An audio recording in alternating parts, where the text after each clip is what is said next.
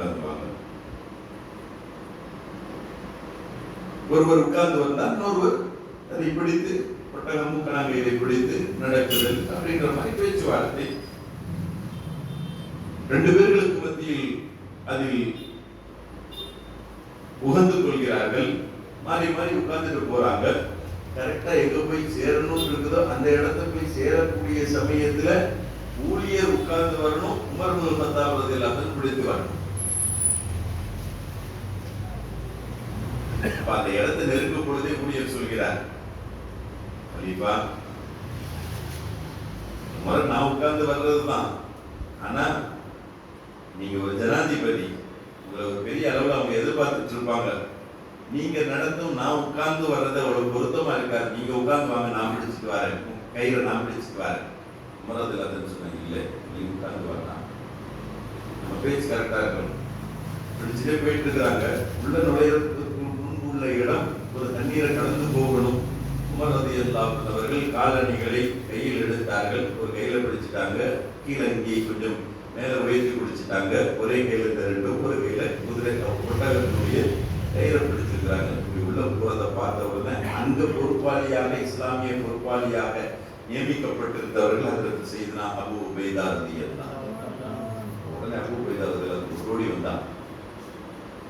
இப்ப அவங்களே இந்த மக்கள் உங்களுக்கு பெருசா நினைச்சு வச்சிருக்கிறாங்க. இவர்களை பொறுத்தவரையில கலீஃபா அப்படின்னா, ஜனாதிபதி அப்படின்னா, தலைவர் அப்படின்னா அதுக்குன்னு ஒரு பெரிய ஒரு தோற்றம் உண்டு, ஒரு மாயை உண்டு. வேலைக்காரர்டா அதை வைக்கக்கூடிய இடம்ன்றது ஒண்ணு உண்டு. இப்ப இங்க நீங்க கீழே நடந்தும் அவரை மேல உட்கார வச்சுக்கிட்டும் வரதை பார்த்தா அவங்க ஒரு மாதிரியா நினைச்சுவாங்க. இப்பதான் புதுசா இஸ்லாத்தை ஏற்று வந்தவர்கள், அதனால கொஞ்சம் நீங்க உட்கார்ந்து அவருக்கு நடந்து வர சொல்லுங்களேன்னா கோபத்தில் அப்படியே முகம் சிவந்து விடுகிறது. கோபத்துக்கு ஆளாகிறாங்க. சொல்றாங்க, நீங்க மட்டும் அபூ உபைதான் இல்லை, உங்களுக்கு ரசூலுல்லாஹ் நிறைய சிறப்புகளை சொல்லி இருக்கிறாங்க. சொர்க்கத்தை கொண்டும் சோபனம் சொல்லி இருக்கிறாங்க. உங்களுக்கு தனி சிறப்பு இருக்கிறது.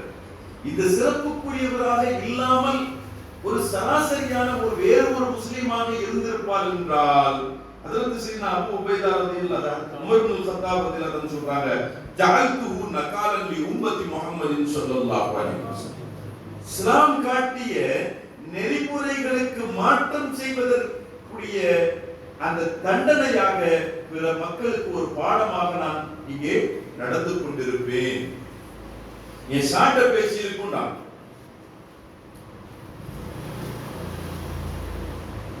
அத்ததுலுபுல் இஸ்ஸத பிகைரி மா அன்ஸலல்லாஹ். அல்லாஹ் ரசூல் விதியாக்கிய முறை என்ன, நமக்கு மத்தியில் அவருக்கு மத்தியில் என்ன? பேர்ல வேண்டாம் அவர் வேலையால் நான் ஜனாதிபதி அவ்வளவுதானே. பேர்ல வேண்டாம் அவர் ஏழை பணக்காரர் அப்படின்னு ஒரு பாகுபாடு இருக்கலாம், பேர்ல தான். ஆனா கலிமா சொன்னோன்ற பேர்ல ரெண்டு பேரும் ஒண்ணுதான். கலிமா சொன்னோன்ற விதத்துல ஜனாதிபதி ஸ்தானத்தில் இருக்கும் நானும், அடிமை அல்லது ஊழியர் என்ற ஸ்தானத்தில் இருக்கும் அவரும் ரெண்டும் சமா. அல்லாஹ்விடத்துல நீ கலீஃபாவா, அப்ப நீ இங்க வா, நீ தலைவனா நீ இங்க வா, நீ உயர்ந்த குடும்பத்துல வந்தா அப்ப நீ அங்க உட்காரு, நீ ஏழையா நீ அப்ப அங்க கீழே இறங்கு அப்படின்றது கிடையாது. உலகத்துல நடக்கும், உலகத்துல நடக்கும். அல்லாஹ் பாதுகாக்கணும். நம் சமூகத்திலே நிரம்ப நடக்கின்றது. எந்த ஏற்றத்தாழ்வும் கிடையாது. ஹஜ்ரத் சையத்னா உமர் இப்னு கத்தாப் ரலியல்லாஹு அன்ஹு அதைத்தான் விதைத்தார்கள். அபூ உபைதா ரலியல்லாஹு அன்ஹுடைய சிந்தனையில் நீங்கள் தெரிந்தவர்கள், அறிந்தவர்கள், நீங்கள் அந்த வார்த்தையை சொல்றீங்க. மஹ்மா நத்லுபுல் இஸ்ஸத பிகைரி மா அன்ஸலல்லாஹ் அதல்லனல்லாஹ். எப்போதெல்லாம் நாம் அல்லாஹ் ரசூல் காட்டிய வழிமுறைகளை விட்டு வேறு ஒரு வழியில் கண்ணியத்தையும் கௌரவத்தையும் சிறப்பையும் தேடுவோம் என்று வந்தால் நாம் அழிவுக்கு ஆளாகி விடுவோம் அப்படின்னு நாங்கள் எச்சரித்தாங்க. அந்த எச்சரிக்கை நாம் நம்முடைய காதில் எப்போதும் ஒழிக்க செய்து கொண்டே, குறிப்பாக இளம் சமூகமே, குறிப்பாக இளம் சமூகமே, இளமை பருவத்திற்குரியவர்களே, காலை வச்சுக்கிறோம். இந்த காலை ஒழிக்க வைத்துக் கொண்டே இருக்கிறோம். ஒரு காரியத்தை செய்ய போனால் மார்க்கம் இதற்கு எனக்கு அனுமதி தந்திருக்கிறதா? ஒரு உடை எடுக்க போனால் இந்த உடையை போடுறதுக்கு எனக்கு மார்க்கம் அனுமதிச்சிருக்கிறதா? ஒரு உணவு சாப்பிட போனால் இந்த உணவை உட்கொள்வதற்கு எனக்கு மார்க்கம் அனுமதித்திருக்கிறதா? ஒரு பழக்கத்தை நாம் கையாளுகிறோம், இந்த பழக்கத்திற்கு என் மார்க்கம் எனக்கு என்ன சொல்லுகின்றது? ஒருவரை சந்திக்கின்றோம், இவரை சந்தித்தால் எப்படி நடக்க வேண்டும் என்று மார்க்கம் எனக்கு எப்படி சொல்லி தந்திருக்கிறது? ஒன்றை கையில் வைத்திருக்கின்றோம், இதை எப்படி பயன்படுத்த வேண்டும் என்று எனக்கு மார்க்கம் சொல்லி தந்திருக்கிறது. ஒன்றை கேட்கின்றோம், இதை கேட்பதற்கு எனக்கு மார்க்கம் அனுமதி தந்திருக்கிறதா? பார்க்கின்றோம், இதை பார்ப்பதற்கு எனக்கு மார்க்கம் அனுமதி தந்திருக்கிறதா? ஒன்றை தொட வேண்டிய சூழல் ஏற்பட்டால் இதை தொடுவது எனக்கு கூடுமா கூடாதா? ஒன்றை சுகிக்கின்றோம், இதை சுகிப்பது எனக்கு மார்க்கம் அனுமதித்திருக்கிறதா? கூல்ட்ரிங்க்ஸ் தான், அந்த கூல்ட்ரிங்க்ஸ் மார்க்கம் நமக்கு அனுமதித்திருக்கிறதா? இறைச்சிதான், கோழி நமக்கு ஹலால், கோழி ஹலால். அந்த கோழியை ஹலாலாக்க வேண்டிய விதத்தில் ஹலாலாக்கப்பட்டிருக்கிறதா? இல்ல நம்ம தெரிஞ்ச கடதான் இல்ல, நாம் ஆராய வேண்டிய கட்டாயத்தில் இருக்கின்றோம். ஹலாலான உணவு இருக்கிற வரைக்கும் நல்ல அமல்ல நமக்கு ஈடுபாடு இருக்கும். நல்ல அமல்களில் ஈடுபாடு இருக்கிற வரைக்கும் அந்த வாழ்க்கையில ஒரு பரக்கத்து இருக்கும், இந்த சமூகத்துல ஒரு பரக்கத்து இருக்கும். ஒரு ஹராம் உள்ள போயிட்டு வைங்களேன், ஒரு ஹராம் உள்ள போயிட்டுண்டா நம்ம தொழுகை வீண், இபாதத்து இல்லை, வணக்கம் இல்லை. வணக்கம் இல்லைன்றாலே நம்ம கிடைக்கிற வேண்டியதான் பீட முசீபத்து நமக்குள்ள வந்துடுச்சு. அப்போ ஒரு சின்ன ஒரு ஹராம் உள்ளே புகுவதன் மூலமாக நம்முடைய வாழ்க்கையே அது சீரழிக்கக்கூடிய, வாழ்க்கை சீரழிந்து சமூகத்தையே சீரழிக்கக்கூடிய ஒரு செயல் அன்று திட்டம் போட்டிருக்கிறான். இன்று நடைமுறையில் கிரிலாக வந்திருக்கிறது. இன்று நடைமுறையில் ஒவ்வொரு பேர்ல உள்ள ஒரு உணவாக, ஒரு புதிய நாகரீக நவநாகரீகமான உணவாக வந்திருக்கிறது. நல்ல கடையில் வாங்கி பழக்கப்பட்டவர் சில கட்டங்கள்ல அதன் மீது இருக்கக்கூடிய மோகத்தின் காரணத்தினால் கிடைக்கக்கூடிய கடையிலிருந்து சாப்பிட்டு தன்னுடைய தீனையும் துன்யாவையும் வீண்படுத்தக்கூடிய, பழகக்கூடாதவர்களோடு பழகி பலவிதமான குழப்பமான ஒரு பழக்க வழக்கத்திற்கு ஆளாகி வனாலத்தில் போகக்கூடிய ஒரு சூழலை நாம் பார்த்து கொண்டிருக்கிறோம். உலகமும் நமக்கு நாசம், நாளை மறுமையும் நாசம் அடைந்து விடக்கூடிய ஒரு சூழலுக்கு சமூகம் சென்று கொண்டிருக்கிறது. ஸல்லல்லாஹு அலைஹி வஸல்லம் பிற்காலத்தில் இப்படி எல்லாம் வரும்ன்றத அன்னைக்கே சொல்லிட்டு போயிட்டாங்க. அலைக்கும் பி சுன்னதி. வாழ்க்கையினுடைய எந்த ஒரு கட்டமாகட்டும், காலத்தினுடைய எந்த ஒரு பருவமாகட்டும், எந்த காலத்தில் நீங்கள் வாழ்ந்தாலும் என்னுடைய வழிமுறையை நீங்க பற்றி பிடித்து வாழுங்கள். எப்ப சொன்னாங்க தெரியுமா? ஸல்லல்லாஹு அலைஹி வஸல்லம் சஹாபாக்கிட்ட சொல்றாங்க, ஃபஇன்னஹு மன் யஇஷ் மின்கும் பஅதி, எனக்கு பின்னால் நீங்கள் வாழ வேண்டிய ஒரு சூழல் ஏற்பட்டால், வாழும் வாய்ப்பு உங்களுக்கு கிடைத்தால், அப்படி பிற்காலத்தில் வாழக்கூடிய வாய்ப்புள்ளவர்கள் காண முடியும். சயரா இஃப்திலாஃபன் கஸீரன், ரொம்ப குழப்பத்தை நீங்க பார்க்க முடியும், நிரம்ப குழப்பத்தை நீங்கள் காண முடியும். அழைக்கும் அப்படி ஒரு குழப்பமான, எல்லாத்திலையுமே குழப்பம், எல்லா சூழலிலும் குழப்பம். பழக்க வழக்கங்கள், உடைகள், உணவுகள், நேரப்போக்குகள், பொழுதுபோக்குகள். ஒரு காலத்துல பொழுதுபோக்குன்னா என்ன இருந்தது? பொழுதுபோக்கு அப்படின்றது ஒரு ஒரு விளையாட்டு, ஒரு கபடி விளையாட்டு, ஒரு குச்சிக்கம்பு விளையாட்டு, இந்த மாதிரி ஒரு பொழுதுபோக்கு. இன்னைக்கு அந்த பொழுதுபோக்கு எங்க பார்க்க முடியுது?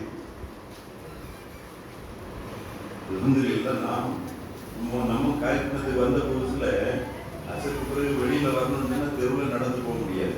அங்கங்க பிள்ளைங்க நின்று விளையாடிட்டு இருப்பாங்க, அங்கங்க நின்று விளையாடிட்டு இருப்பாங்க. ஒரு பிள்ளை பாலத்துக்கு அங்க வீசிட்டு இருக்கும், ஒரு பிள்ளை பாலத்துக்கு வீசிட்டு, நம்ம கொஞ்சம் பயமா இருக்கு, நம்ம மேல விழுந்துருமோ. ஒரு 25 வருஷத்துக்கு முந்தி உள்ள சூழ்நிலை, ஒரு 20 வருஷத்துக்கு முந்தி உள்ள சூழ்நிலை. இந்த தெரு பிள்ளைகளை கொண்டு பெரிச்சோடி போயிருக்கு, பைக்குகளை கொண்டு நிரம்பி இருக்கு, இருசக்கர வாகனத்தை கொண்டும் 4 சக்கர வாகனத்தை கொண்டும் தெருக்கள் நிரம்பி இருக்கிறது. சிறார்களை கொண்டும் பெரிச்சோடி போயிருக்கு.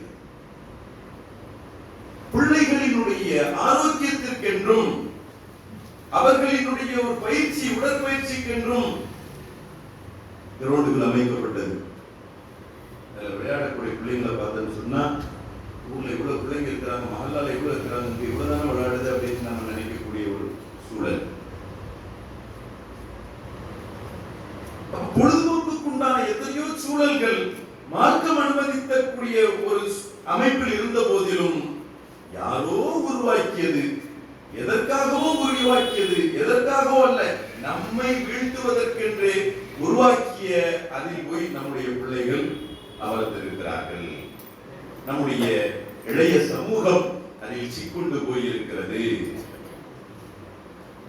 அல்லாஹ் தஆலா அதிலிருந்தும் வெளிவரக்கூடிய, அது போன்ற சூழல்களில் சிக்கிவிடாமல் பாதுகாப்பு பெறக்கூடிய ஒரு சமூகமாக நம்முடைய சமூகத்து பிள்ளைகளை அல்லாஹ் ஆக்கி அருள்வானாக. ஸல்லல்லாஹு சொன்னாங்க, இப்படி நிரம்ப குழப்பத்தை நீங்கள் பார்க்க முடியும். அப்படி உள்ள காலங்கள் வரும். அப்படி ஒரு காலம் வந்தால் அந்த காலத்திற்கு தகுந்தவாறு இது சரிதானே அப்படின்ட்டு போயிடாதீங்க. அல்லது இதுல 4 பழக்க வழக்கத்துல இந்த பழக்க வழக்கம் நல்லா இருக்குது அப்படின்ட்டு தேர்வு செஞ்சுட்டு நீங்க போயிடாதீங்க.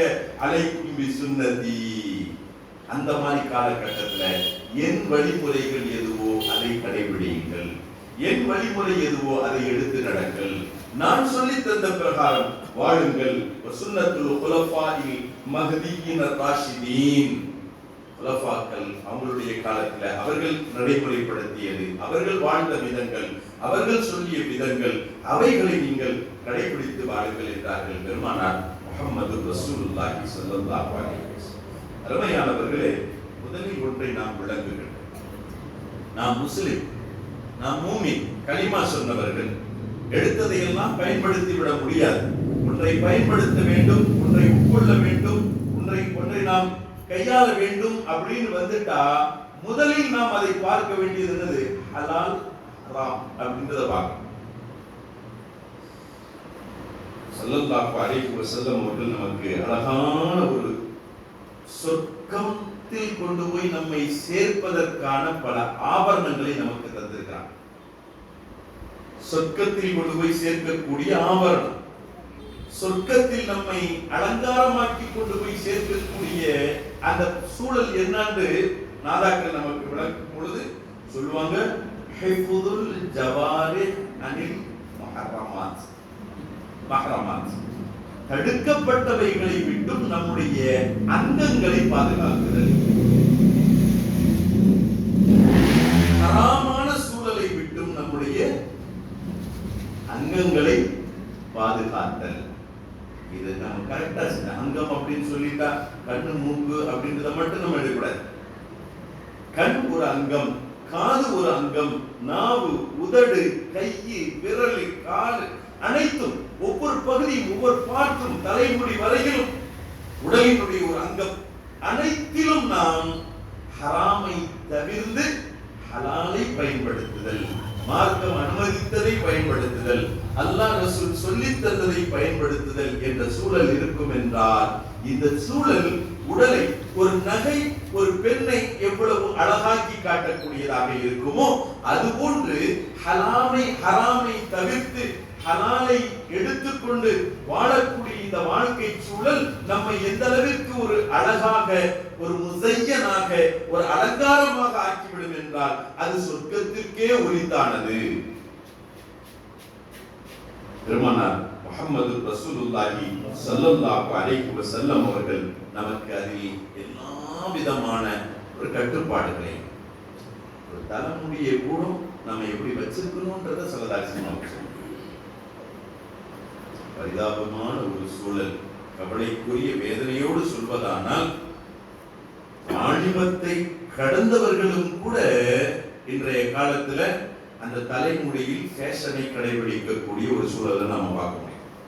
ஸல்லல்லாஹு அலைஹி வஸல்லம் அவர்கள் சொன்ன செய்தி எந்த செய்தினா, அபூ ஹுரைரா ரலியல்லாஹு அன்ஹு அவர்கள் அறிவித்து தருவார்கள். பெருமானார் சொல்றாங்க, மன் கான லஹு ஷஅருன் ஃபல்யுக்ரிம்ஹு. இந்த தலைமுடி இருக்குதா, முடி உள்ளவர்கள், தலைமுடி உள்ளவர்கள் அது சங்கையான முறையில வைங்க அப்படின்னாங்க பெருமானார் சொல்றாங்க. சங்கையான முறையில் முறையாக வெட்டி, முறையாக சீவி, அதற்குரிய விதத்தில் பங்கரையாக இருப்பதை பெருமானார் ஸல்லல்லாஹு அலைஹி வஸல்லம் விரும்பியதில்லை. இன்னைக்கு ஒரு ஸ்டைல் என்ன தெரியுமா? சீவரது ஸ்டைல் கிடையாது. இன்னைக்கு உள்ள நாகரிகம் சீவன தலையை கூட களைச்சு விட்டுட்டு போறதுதான் இன்னைக்கு நாகரிகமா இருக்கு. பரட்ட மாதிரி சில கட்டிங்களை பார்த்தோம் அப்படின்னு சொல்லிட்டா, நம்ம பழைய காலத்துல அந்த மாட்டு வண்டியில வந்து இந்த வைக்கம் கட்டி போகும், அது மாதிரி இருக்கு. பெருமானார் முஹம்மது ரசூலுல்லாஹி ஸல்லல்லாஹு அலைஹி வஸல்லம் அவர்கள் சொல்வார்கள், முடி இருக்குதா அதை சங்கையா வைங்க. பெருமானார் ஸல்லல்லாஹு அலைஹி வஸல்லம் ரலியல்லாஹு அன்ஹு சொல்வாங்க, ரசூலுல்லாஹினுடைய மஸ்ஜிதுக்கு ஒருவர் பரட்டையா வந்தார். பரட்டையா வந்தவரை பார்த்த உடனே தலைமுடியும் பரட்டையா தான் இருக்கு, தாடியும் அங்கும் இங்குமா தான் இருக்கு, ஒண்ணுமே ஒரு எதிர்ச்சிப்பட்டதே இல்லை, அது மாதிரி இருக்கு. அப்ப ஸல்லல்லாஹு அலைஹி வஸல்லம் அவர்களை அழைத்தார், வாங்க, அல்லாஹ் தஆலா ஒரு நியமத்தை தந்திருக்கிறான், இந்த நியமத்தை நீங்க அதை முறையா வைங்க. தலையை சீப்பு வச்சு தலையை சீவு, தாடியை நல்ல சீவி விடுங்க. மீசை கொஞ்சம் குறைச்சி இருந்ததுன்னு சொன்னா அல்ஹம்துலில்லாஹ், கூடுதலா இருந்ததுன்னா அந்த மீசையை அதையும் அந்த சீப்பு கொஞ்சம் தடவிக்கிறங்க. பெருமானார் ஸல்லல்லாஹு அலைஹி வஸல்லம் அவர்கள் அப்படி சொன்ன உடனே அந்த மனிதர் வெளியில போனார், சீப்பு எடுத்தார், தலை சீவினார், தன்னை அலங்காரமாக்கி கொண்டார், எல்லாத்தையும் சீவிட்டு நல்லா ஸல்லல்லாஹு அலைஹி வஸல்லம் சஹாபாக்கிட்ட காட்டினார். யார் முன்னிலையில் அவருக்கு சொன்னாங்களோ அவர்கிட்ட காட்டினாங்க. பார்த்தீங்களா, இதுக்கு முந்தி இருந்த நிலையும் இப்போது உள்ள நிலையும் பாருங்கள். அப்படி இருக்கிறது நல்லதா, இப்படி இருக்கிறது அழகா இருக்கிறதா? பெருமானார் ஸல்லல்லாஹு அலைஹி வஸல்லம் அவர்கள் அந்த மக்களுக்கு சொல்லி காட்டுறாங்க. என்ன அப்படின்னா, ஒரு தலைமுறையும் கூட அதை முடியங்களையும் கூட அதை சீவி அதை அழகான விதத்தில் நாம அதை பராமரிக்க வேண்டும், கையாள வேண்டும் என்பதை பெருமானார் முஹம்மது ரசூலுல்லாஹி ஸல்லல்லாஹு அலைஹி வஸல்லம் அவர்கள் சொல்லித் தருகிறார்கள் என்றார். அருமையானவர்களே, இது போன்ற உடை அமைப்புகள், ஒரு உடையை நம்ம உடுக்கிறதுக்கு முன்னால இந்த உடை மார்க்கத்துல எனக்கு அனுமதியா? பொதுவா வந்து உணவு விஷயம், உடை விஷயத்துல சிலதாசன் சொல்றாங்க, குழு மாசிக்கும் அனுமதிக்கப்பட்டதுல, மாசிக்கும்னா எதை வேணாலும் சாப்பிடுங்க அப்படி இல்லை, அனுமதிக்கப்பட்டதுல நீங்க எதை வேணாலும் சாப்பிடுங்க. பொதுவருக்கு 2 அசருக்கு 4 காத்து அப்படின்ற மாதிரி கால நாஸ்டா சனிக்கிழமையா இதுதான் சாப்பிடணும், ஞாயிற்றுக்கிழமையா அதை ஹாஸ்டல்களுக்கு அது ஓகே. பொதுவானவைக்கு குழு மாசி அனுமதிக்கப்பட்டதை, ஹலாலாக்கப்பட்டதை எது வேண்டாலும் சாப்பிடுங்க. மானத்தை மறைக்கக்கூடியதை நீங்க எதை வேண்டாலும் நீங்க உடுத்துக் கொள்ளுங்கள். ஆனால் அது அந்த சாப்பிடுவதற்குரிய நீங்க தேர்ந்தெடுத்தது மார்க்கம் அனுமதித்ததா? உடுத்த அந்த உடுப்பு மார்க்கம் உங்களுக்கு அனுமதித்ததா? அப்படின்ற விதத்துல அது உங்களுடைய மானத்தை பாதுகாப்பதற்கு போதுமானதாக இருக்கிறதா? நடுவில் கழிச்சு விட்டுட்டா அது ஃபேஷன் இல்லையா? பைத்தியக்காரத்தனமா இருக்கு. பைத்தியக்காரத்தனமான செயலை செஞ்சு நம்மள அது ஒரு ஃபேஷன்ற பேரை வச்சு நம்மை அதில் விழ வைத்து அவன் புத்திசாலி ஆயிட்டான், நம்மள பைத்தியக்காரன் ஆயிட்டான், நாம பைத்தியக்காரன் ஆயிட்டு நம்ம என்ன சொல்றோம், நம்ம தான் அறிவாளி மாதிரி. இப்ப ஃபேஷன் இதுதான், நீங்க என்ன ஓட்டு அந்த காலத்திலேயே உட்கார்ந்துட்டு இருக்கிறியோ அப்படின்னு நம்ம எதிர்கல்வி கேட்கக்கூடிய ஒரு சூழல்கள் இருக்கின்றது. அருமையானவர்களே, மார்க்கம் அனுமதித்த உடையா? மார்க்கம் அனுமதித்ததா? நாம் ஃபாலோ செய்ய வேண்டியவர்கள் யார் ஃபாலோ செய்யணும்? நமக்கான அழகிய முன்மாதிரி யார்? பெருமானார் முஹம்மது ரசூலுல்லாஹி ஸல்லல்லாஹு அலைஹி வஸல்லம் அவர்களை அல்லாஹ் சுப்ஹானஹு வ தஆலா ஒரு அழகிய முன்மாதிரியாக நமக்கு காட்டி இருக்கும் பட்சத்துல எந்த கல்சட நமக்கு வந்து ஒரு உதாரணமாக இருக்க முடியும்? எவரை நாம் பின்பற்றுவதற்கு நமக்கு தேவை அப்படின்றது இருக்கிறது என்பதை நாம் சிந்தித்து பார்க்கிறோம். கண்ட கல்சர்களை, கண்ட ஒரு ஒரு ஒரு தரம் கெட்டவர்களை எல்லாம் நாம் பின்பற்றி கொண்டோ அவர்களை சார்ந்து கொண்டோ, நான் அவனை சார்ந்தவன் அதனால என்னுடைய சட்டையில நான் இப்படி ஒரு அடையாளத்தை வச்சிருக்கிறேன், நான் இவனை சார்ந்தவன் அதனால என்னுடைய வேஷ்டியில ஒரு அடையாளத்தை வச்சிருக்கிறேன், இல்ல, நமக்கென்று ஒரு வழிமுறைகள் உண்டு, நமக்கென்று ஒரு நடைமுறைகள் உண்டு. அதை நாம் பின்பற்றினோம் என்றால் சையதுனா உமர் இப்னுல் கத்தாப் ரலியல்லாஹு அன்ஹு அவர்கள் சொல்லி தந்த வார்த்தை, மஹ்மா நத்ருகுல் இஸ்ஸத பிகைரி மா அன்ஸலல்லாஹ். அல்லாஹ் மஹ்மா நத்ருகுல் இஸ்ஸத பிகைரி மா அன்ஸலல்லாஹ். அல்லாஹ் அனுமதிக்காத ஒன்றை கொண்டு நாம் கண்ணியத்தை நாம் தேடினோம் என்றால் நாம் என்ன செய்கிறது? அதெல்லாம் நல்லா இதெல்லாத்தை சந்திக்க வேண்டியிருக்கும். எப்போனா அல்லாஹ் மஹ்மா நத்ருகுல் இஸ்ஸத பிமா அன்ஸலல்லாஹ், அல்லாஹ் இறக்கி தந்ததை கொண்டும் நாம், அல்லாஹ் சொல்லி தந்ததை கொண்டும் நாம் நம்முடைய வாழ்க்கையை நாம் அமைத்துக் கொள்ளும் பொழுது அஅஸ்ஸலல்லாஹ், அல்லாஹ் நம்மை கண்ணியப்படுத்துவான், அல்லாஹ் நம்மை கௌரவப்படுத்துவான். உலகத்திலும் நமக்கு கண்ணியம் கிடைக்கும், ஆகிரத்தும் நமக்கு விமோசனத்திற்குரியதாக இருக்கும் என்பதை நாம் விளங்கிக் கொள்கின்றோம். அருமையானவர்களே, வாழ்க்கையில் மிக உன்னதமான ஒரு தேவை அப்படின்றத பார்த்தா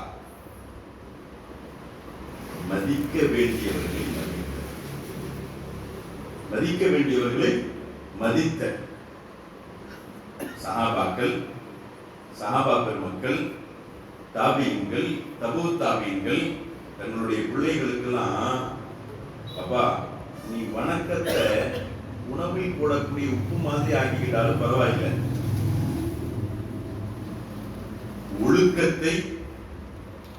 ஒழுக்கத்தை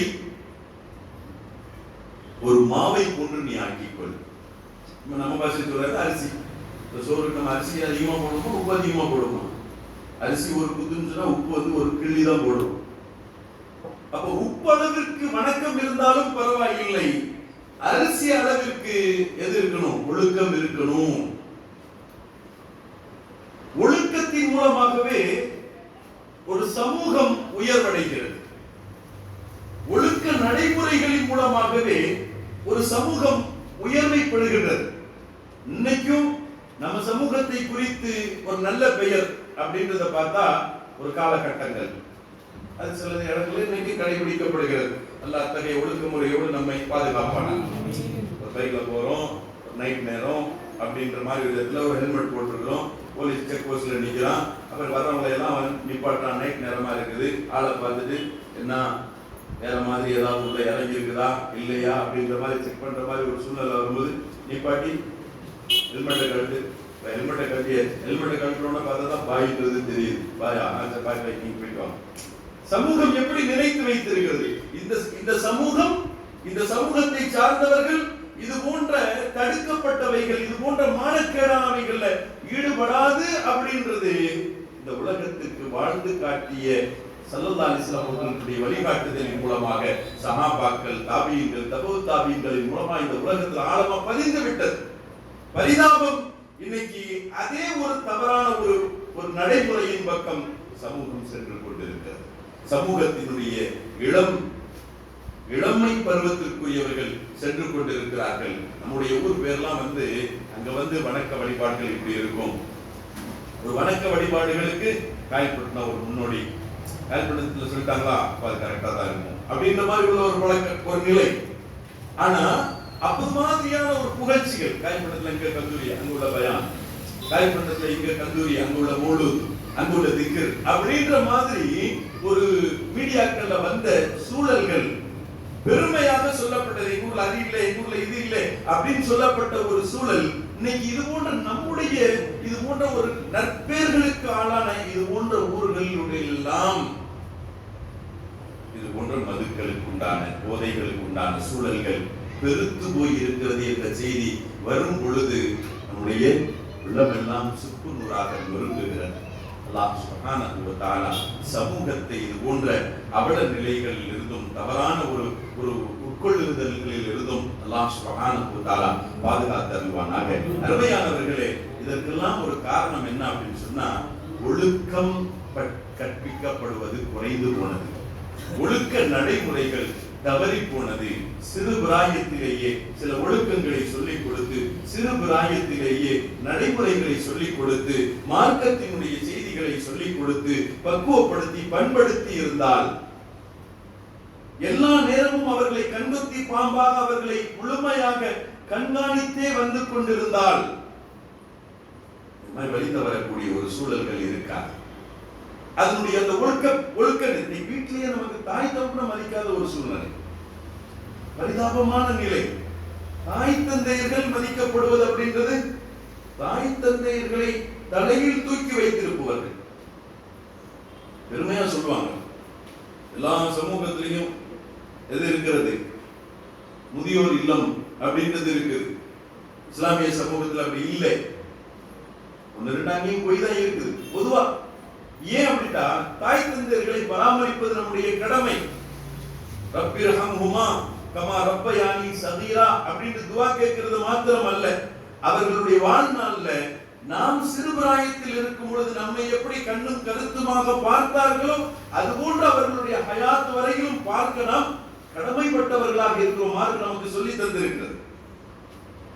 அந்த தாய் தந்தையர்களை மதிக்காத சின்ன பிள்ளையா இருந்துக்குமாக எடுத்து பேசுறான், தாயை எடுத்து பேசுறான், தந்தை எடுத்து பேசுறான். எத்தனை கம்ப்ளைண்ட்களை நம்ம பார்க்கிறோம். மதிக்கவே மாட்டேங்கிறான், அதுல பாப்பும் பேச்சு மதிக்க மாட்டேங்கிறான், தாய் பேச்சு மதிக்க மாட்டேங்கிறான், தாய் கண்ணீர் வடிக்கிறா அப்படின்ற மாதிரி. அருமையானவர்களே, நமக்கான ஒரு முன்மாதிரிகள், நமக்கான முன்னோடிகள் சஹாபா பெருமக்கள், தாபியீன்கள், தபூ தாபியீன்கள், அவர்களினுடைய வாழ்க்கையை நாம் பார்த்தோம் என்றால் தன்னுடைய தாயின் சமூகத்தில் தாயினுடைய முன்னிலையில் சத்தத்தை உயர்த்தி கூட பேச மாட்டாங்க, சத்தத்தை தாழ்த்தி பேசுவாங்க. இதற்கு சையதுனா முஹம்மது இப்னு சீரீன் ரலியல்லாஹு தஆலா நமக்கு தெரியும், நல்ல தெரியும், கனவுலக மாமேதை. அதற்கு அவங்க சொல்லுவாங்க, தன்னுடைய தாய்க்கு முன்னிலையில தாய் முன்னால தன்னுடைய சத்தம் உயர்ந்தக்கூடாதுன்றதுல ரொம்ப கண்ணும் கருத்துமா இருப்பாங்க. ஹதரத் சையதுனா அபூ ஹுரைரா ரலியல்லாஹு அன்ஹு, அபூ ஹுரைரா ரலியல்லாஹு அன்ஹு சஹாபி, எவ்வளவு பெரிய பாக்கியம் பெற்ற பெருமகனார் ரலியல்லாஹு தஆலா. அவர்கள் சொல்லப்படும் அம்மா ஹயாத்தா இருக்கிற வரைக்கும் ஹஜ்ஜுக்கு போகணும், அம்மாவுடைய வஃபாத்துக்கு பிறகுதான் ஹஜ்ஜுக்கு போனாங்கன்னு வரலாறு சொல்லு. ஏன் அப்படின்னா, நாம ஹஜ்ஜுக்கு போயிட்டு அம்மாவுக்கான ஹிதுமத்தை யார் செய்கிறது, அம்மாவினுடைய சேவை யார் செய்வது, அம்மாவை யார் கவனிப்பது, யார் இருந்தாலும் பெற்ற பிள்ளை நான் இருந்து கவனித்தது போன்று வராதே என்ற விதத்தில் ஹஜ்ஜுக்கு செல்வதை அவர்கள் தவிர்த்து விட்டார்கள் என்று சொன்னால் அந்த தாயின் மீது உண்டான அவர்களினுடைய மதிப்பும் மரியாதையும், அவர்களை மதித்த விதமும், அவர்களிடத்தில் நடந்து கொண்ட ஒழுக்க முறைகள், இளம் பிள்ளைகள் அல்ஹம்துலில்லாஹ் வருங்கால சமூகம், வாலிபர்களும் உண்டு, வெளியில இருந்து கேட்டுட்டு இருப்பாங்க. குர்ஆன் குறித்து நமக்கு சொல்லப்படும், குர்ஆன் ஓதியவர்கள், குர்ஆனை மனனம் செய்தவர்கள், நாளை மறுமையில் அவங்களுக்கு சொல்லப்படக்கூடிய செய்தி என்ன, ஒவ்வொரு ஆயத்தா ஓதிட்டு போங்க, ஒவ்வொரு படித்தரமா ஏறிக்கிட்டே போயிட்டு இருங்க அப்படின்றது. அப்போ சொர்க்கத்துல குர்ஆன் ஓதுனாலே அந்த ஒவ்வொரு ஆயத்துக்கும் ஒவ்வொரு தர்ஜா போயிட்டே இருக்கும். இப்ப நம்முடைய குர்ஆன் ஓசையும் சொர்க்கத்தில் ஒலிக்கணுமா, சொர்க்கத்தில் ஒலிக்கணுமா? அல்லாஹ் நமக்கு அந்த பாக்கியத்தை தருவானா? பெருமானார் ஸல்லல்லாஹு அலைஹி வஸல்லம் மேராஜுக்கு போயிருந்தாங்களா இல்லையா? அது மாதிரி கட்டத்துல ஒரு இடத்துல இருந்து குர்ஆன் ஓசை கேட்டது, குர்ஆன் ஓசை கேட்டது, குர்ஆன் ஓதுற ஓசை கேட்டது. ஹஜ்ரத் சையதுனா முஹம்மது ரசூலுல்லாஹி ஸல்லல்லாஹு அலைஹி வஸல்லம் அவர்கள் ஜிப்ரீல் அலைஹிஸ்ஸலாம்ட்ட கேட்டாங்க, ஜிப்ரீல் அவர்களே, இந்த குர்ஆன் ஓதுற சத்தம் கேட்குது, இது யார் இது அப்படின்னு கேட்டாங்க. பெருமானார் ஹஜ்ரத் சையதுனா ஜிப்ரீல் அலைஹிஸ்ஸலாம் அவர்கள் பெருமானார் ஸல்லல்லாஹு அலைஹி வஸல்லம் சொன்னாங்க, வேற யாரும் இல்லை, ஹாரிஸத்து இப்னு நுஅமான் ரலியல்லாஹு, ஹாரிஸத்து இப்னு நுஅமான் ரலியல்லாஹு. அப்போ ஸல்லல்லாஹு அலைஹி வஸல்லம் சொன்னாங்க, தாக்கல் பார், அவர் கண்டிப்பா அவருடைய ஓசை சொல்றதுக்கு வரல, கீழே இருக்கிறாங்க, ஆனா அவர்களுடைய ஓசை முன்கூட்டி அங்கே கேட்கப்படுகிறது, கேட்கிறார்கள் பெருமானார் ஸல்லல்லாஹு அலைஹி வஸல்லம். என்ன அப்படின்னா, அவர்கள் தன்னுடைய தாய்க்கு அவ்வளவு மதிப்பு மரியாதையோடு நடந்து கொள்ளக்கூடியவர்கள், தாய்க்கு அவ்வளவு கட்டுப்பட்டு நடக்கக்கூடியவர்கள், தாயிடத்தில் கண்ணியமாக நடந்து கொள்ளக்கூடியவர்கள், தாய் மீது மிக்க பாசம் உள்ளவர்கள். தாயிடத்தில் பாசமா நடந்து கொள்ளக்கூடிய சூழலில் கிடைக்கும் பாக்கியம் ஒய்சூல் தம்பீரது இல்லாத நமக்கு தெரியும். அவங்க சாபியே கிடையாது, ஒரு தாபை. ஆனா தாபியாக இருந்தும் ஒரு சஹாபிக்கு, அதுவும் கலீஃபத்துல் முஃமினீனாக இருக்கக்கூடியவர்களுக்கு துஆ செய்யும் அளவுக்கு யோகியதை பெற்றார்கள். ரசூலுல்லாஹி ஸல்லல்லாஹு அலைஹி வஸல்லம் சையதுனா உமர் இப்னு கத்தாப் ரலியல்லாஹு அன்ஹு, சையதுனா அலி இப்னு அபீ தாலிப் ரலியல்லாஹு அன்ஹு சொன்னாங்க, கர்னில் இருந்து ஒருவர் வருவார், ஒய்ஸ் என்ற அவருடைய பெயராக இருக்கும், அவருடைய முகம் எப்படி இருக்கும், அவருடைய தாடி அமைப்பு எப்படி இருக்கும், அவருடைய தோற்றம் எப்படி இருக்கும், அவரை நீங்கள் கண்டால் உங்களுக்காக துஆ செய்ய கேளுங்க அப்படின்னா. யார்? உமர் இப்னு கத்தாப் ரலியல்லாஹு அன்ஹு. உமர் ஃபில் ஜன்னா, அலியுன் ஃபில் ஜன்னா. எவ்வளவு பெரிய சிறப்புகள், வேறு வேறு சிறப்புகள் உண்டு. சிறப்புகள் இருந்த போதும் கூட அவங்களை கண்டா நீங்க உங்களுக்காக துவா செய்ய சொல்லுங்கன்றாங்க. அவங்களுக்கு எதிர்கேள்வி கேட்கல. சரதாசன் சொல்றாங்க, நாம ஒண்ணும் இல்லைன்ற நிலைமையில உள்ளவங்க. இப்ப நம்மளா இருந்தா வேற மாதிரி கேட்டுருவோம். நம்ம நான் என்னுடைய தரஜா என்ன, நான் ஒரு தாபிகிட்ட போய் நான் கேட்கறதா அப்படின்ற மாதிரி வந்துடும். அவங்க அப்படி கேட்கல. ஹஜ்ஜினுடைய காலம் வரும்போதெல்லாம் அந்த கூட்டத்துல யாராவது கர்னில் இருந்து வந்தவர்கள் உண்டா, அதுல ஓய்ஸ் இருப்பாரா, பெருமானார் காட்டிய தோட்டத்திற்கு சொந்தக்காரர் இருப்பாரா என்று தேடுவார்கள். அலி ரலியல்லாஹு அன்ஹு, உமர் ரலியல்லாஹு அன்ஹு. அப்படி ஒரு நாள் வந்தாங்க, அவங்க கட்டாங்க, எனக்கு துஆ செய்யுங்கன்றாங்க. ஏன் அவ்வளவு பெரிய சிறப்பு, அவ்வளவு பெரிய யோகியதை பெற்றதனுடைய காரணம் சையதுனா முஹம்மது ரசூலுல்லாஹி ஸல்லல்லாஹு அலைஹி வஸல்லம் அவர்களுடைய உத்தரவின் அடிப்படையில் என்ன பார்க்க வரலனாலும் பரவாயில்ல, உம்மாவுக்கு திருமணம் செய்யுங்க அப்படின்னு சொன்னல. அந்த தாய்க்கு அடிபணிந்தும் கட்டுப்பட்டும் தாயை கண்ணியமாகவும் மரியாதையாகவும் தாயிடத்தில் அன்பாகவும் நடந்ததனுடைய விளைவு சஹாபிக்கு துஆ செய்யும் அளவுக்கு உண்டான யோகியதை நாம் இங்கே பார்க்கிறோம். ஹாரிஸத் இப்னு நுஅமான் ரலியல்லாஹு அன்ஹுடைய வாழ்க்கையின் மூலம் பார்க்கின்றோம்.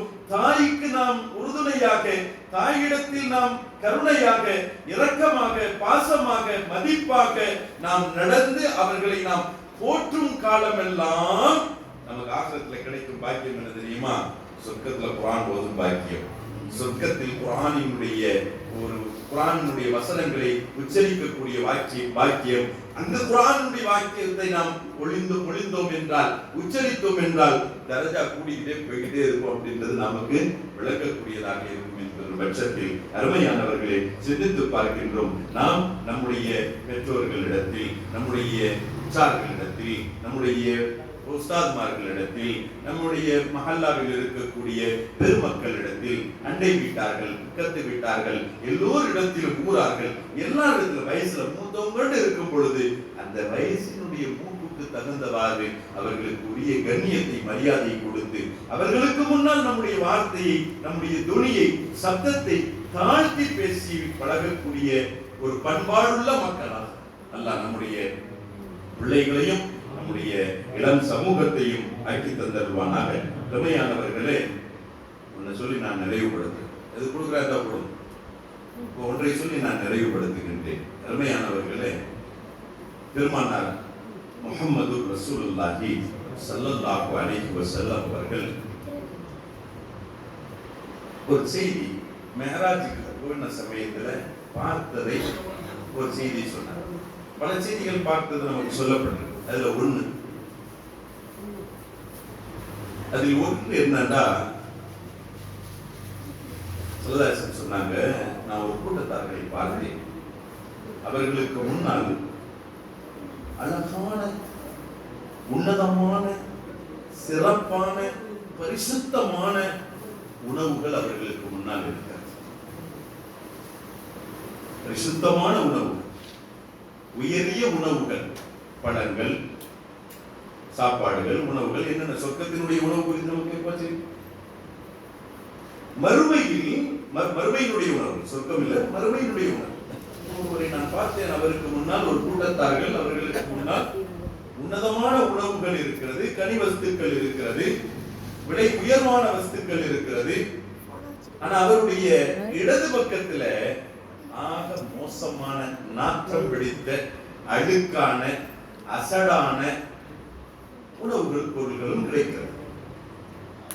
அவரோ, அந்த கூட்டத்தார்களோ சுத்தமான, உயர்வான உணவை உட்கொள்வதை விட்டுவிட்டு அழுக்கான, அசடான, அழுகி போன, நாற்றம் உள்ள அந்த உணவுகளையா சாப்பிட்டு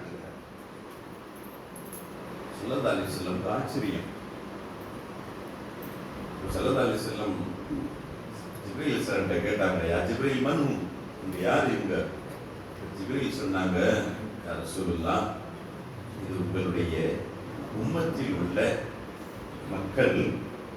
இவர்கள் தனக்கு ஹலாலாக்கப்பட்ட மனைவியை விட்டு ஹராமான ஒரு உறவில் இவர்கள் இருந்தவர்கள். ஹலாலான மனைவியை தவிர்த்து விட்டு ஹராமான உறவில் ஈடுபட்டவர்கள் தான் உங்களுக்கு இந்த தண்டனை அப்படின்ற மாதிரி. உலகத்துல பரிசுத்தமாக வாழும் தௌஃபீகை அல்லாஹ் நமக்கு தருவானாக. பத்தினியாக வாழும் தௌஃபீகை நமக்கும் தந்தருவானாக. நம்முடைய சமூகத்திற்கும் நம்முடைய சந்ததிகளுக்கும் குறிப்பாக நம்முடைய இளம் சமூகத்திற்கு இதிலிருந்து நமக்கு ஒரு விளக்கம் சொல்லுவாங்க. ஹலாலை நாம் தவிர்த்து விட்டு ஹராமை நாம் தேர்ந்தெடுக்கும் பொழுது நாளை மறுமையில் எத்தகைய அலாமுக்கு ஆளாக வேண்டியது இருக்கும். ஹராம் மார்க்கம் தவிர்த்தவை, மார்க்கம் தவிர்த்தது, மார்க்கம் சரி காணாதது எல்லாமே நமக்கு தடுக்கப்பட்டது. அப்ப நாம் எதை நோக்கி நாம் சென்று கொண்டிருக்கிறோம், சமூகம் எதை நோக்கி சென்று கொண்டிருக்கிறது என்பதை நம்மில் ஒவ்வொருவர்களும் சிந்தித்து அல்லாஹ் சுப்ஹானஹு வ தஆலா அதன் அடிப்படையில் பரிசுத்தமான வாழ்க்கை வாழக்கூடிய தௌஃபீக் உள்ளவர்களாக அல்லாஹ் நம்மை ஆக்கி அருள்வானாக. நம்முடைய காலங்களை நேரங்களை வீணாக்காமல் வீணான சூழல்களிலே நம்முடைய நேரத்தை கழிக்காமல் முசிபத்தை கையில தூக்கிட்டேன்னு சொன்னா இறங்கிட்டோம் அப்படின்னு அது பாட்டு போயிட்டே இருக்கும். நேரம் போறதே தெரியாது. 10 நிமிஷம்ன்ற மாதிரி பார்த்து செய்தியே வச்சுக்கோங்க. ஒரு 10 நிமிஷம்ன்ற மாதிரி பார்த்துன்னு சொன்னா ஒரு அரை மணி நேரம் ஓடி இருக்கும். சமூகம் இன்னைக்கு இதுலதான் நேரத்தை குறைத்துக் கொண்டிருக்கிறது, தன்னுடைய தூக்கத்தை குறைத்துக் கொண்டிருக்கிறது, தன்னுடைய ஆரோக்கியத்தை குறைத்துக் கொண்டிருக்கிறது, தன்னுடைய கண் பார்வையை குறைத்துக் கொண்டிருக்கின்றது, தன்னுடைய வாழ்க்கையினுடைய தூய்மையை குறைத்துக் கொண்டிருக்கிறது. அல்லாஹ் சுப்ஹானஹு வ தஆலா அதை அனுசரித்து அதை அறிந்து நம்முடைய ஒவ்வொரு நிமிடமும் நமக்கு ஒரு பொன்னான 10 ரூபாயை தொலைச்சிட்டோம், ஒரு 100 ரூபாயை தொலைச்சிட்டோம் அப்படின்னு சொன்னா திரும்ப அதை 100 சம்பாதிச்சிடலாம். ஒரு செகண்ட் நம்மளை விட்டு தப்பி போயிட்டா அந்த போன நேரத்தை நம்ம திருப்பி எடுக்க முடியாது. நேரம் கழிந்ததற்கு பின்னால் கை சேதம் அடையக்கூடிய ஒரு சூழலை விட்டும் அல்லாஹ் பாதுகாத்து அந்த நேரத்தை அதனுடைய கதரை விளங்கி அதற்கு தகுந்த விதத்தில் நம்முடைய வாழ்க்கை அமைத்து ஆகிரத்திற்காக அந்த நேரத்தை நாம் பயன்படுத்தி இம்மையில் நம்முடைய ஆரோக்கியத்திற்கும் சரியான முறையான வாழ்வுக்காகவும் அல்லாஹ்வும் அல்லாஹ்வுடைய ரசூலும் காட்டி தந்த வாழ்வுக்காகவும் அந்த நேரத்தை செலவழித்து இம்மையிலும் வறுமையிலும் வெற்றி பெறக்கூடியவர்களாக அல்லாஹ் நம்மை நம் சார்ந்தவர்களையும் ஆக்கியருள்வானாக. அல்ஹம்துலில்லாஹி ரப்பில் ஆலமீன். அஸ்ஸலாமு அலைக்கும் வரஹ்மத்துல்லாஹி வபரகாத்துஹு. அஸ்ஸலாமு அலைக்கும் வரஹ்மத்துல்லாஹி தஆலா வபரகாத்துஹு.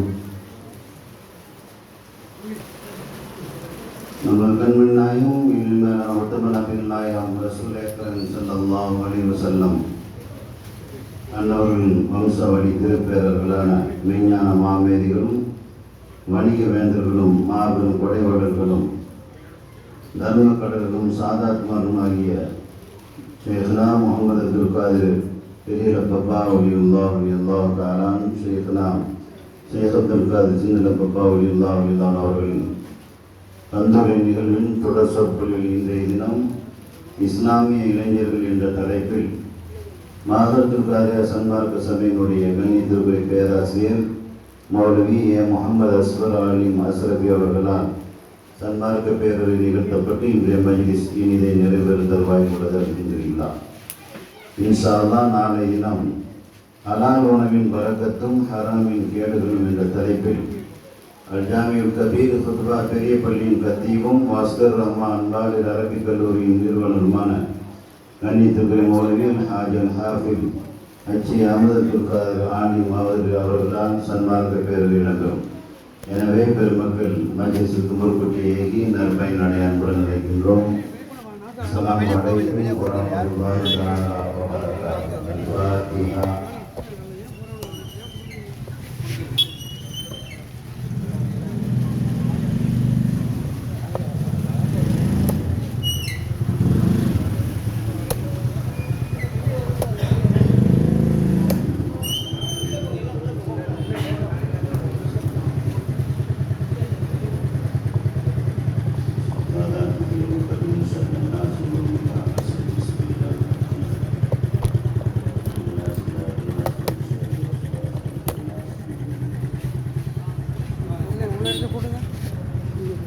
Alhamdulillah Rabbil Alamin. Allahumma barik fi dawlina ya karim ya rahim ya Allah. Allahumma salli wa sallim wa barik ala sayyidina ونبينا مولانا محمد وعلى آله وأصحابه سيدنا محمد وبارك وسلم عليه بالقلوب ودوائها وعافية الأبدان وشفائها ونور الأبصار وضيائها وعلى آله وصحبه وسلم عدد ما في علم الله صلاة دائمة من دوام ملك الله. اللهم